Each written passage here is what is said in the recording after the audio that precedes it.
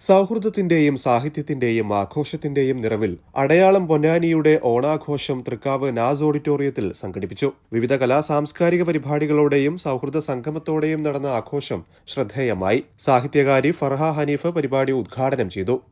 മാനവികതയുടെയും സാഹോദര്യത്തിന്റെയും ഐക്യത്തിന്റെയും എല്ലാം ഓർമ്മകൾ സന്ദേശം നൽകിക്കൊണ്ട് നമ്മുടെ ഓണം വീണ്ടും നമ്മളിലേക്ക് എത്തിപ്പെട്ടിരിക്കുകയാണ്.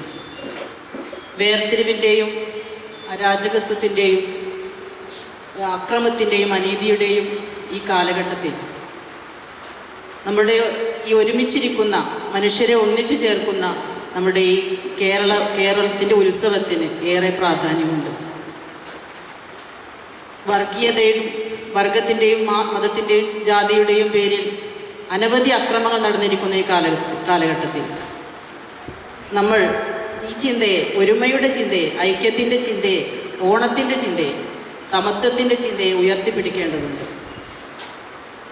നമ്മളിലുള്ള ആളുകളെ അവരുടെ ദുഃഖങ്ങളിൽ പങ്കുചേർന്നും ദുഃഖങ്ങളോടൊപ്പം നിന്നും അവരുടെ അവരനുഭവിക്കുന്ന പ്രയാസങ്ങളിൽ അവരെ ചേർത്ത് പിടിച്ചും അവരെ അവകാശ നിഷേധങ്ങൾക്കും അവരനുഭവിക്കുന്ന സാമൂഹിക അരാജകത്വത്തിനും എതിരെ അവരെ സപ്പോർട്ട് ചെയ്ത് നിന്നുകൊണ്ടും നമ്മുടെ ഈ ഓണത്തിൻ്റെ ഒരു അർത്ഥം തന്നെ നമ്മൾ പൂർണ്ണമാക്കേണ്ടതുണ്ട്. ചടങ്ങിൽ അടയാളത്തിലെ യുവകവയിത്രി രമ്യ ബാബുവിന്റെ മൂന്നാമത്തെ പുസ്തകമായ ചങ്ങാതി കവിതകൾ എന്ന ബാലകവിതാ സമാഹാരം സുബൈദ പോത്തനൂർ, മുഹമ്മദ് പോത്തനൂർ എന്നിവർ ചേർന്ന് കർമ്മ ബഷീറിന് നൽകിക്കൊണ്ട് പ്രകാശനം ചെയ്തു.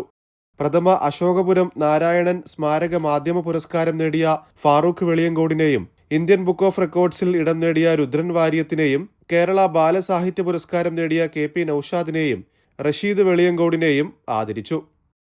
അടയാളം അഡ്മിന്മാരായ ലിയാഖത്ത്, നിസാർ, ഫാത്തിമ, സീനത്ത് ടീച്ചർ, സൗദ ടീച്ചർ തുടങ്ങിയവർ സംസാരിച്ചു.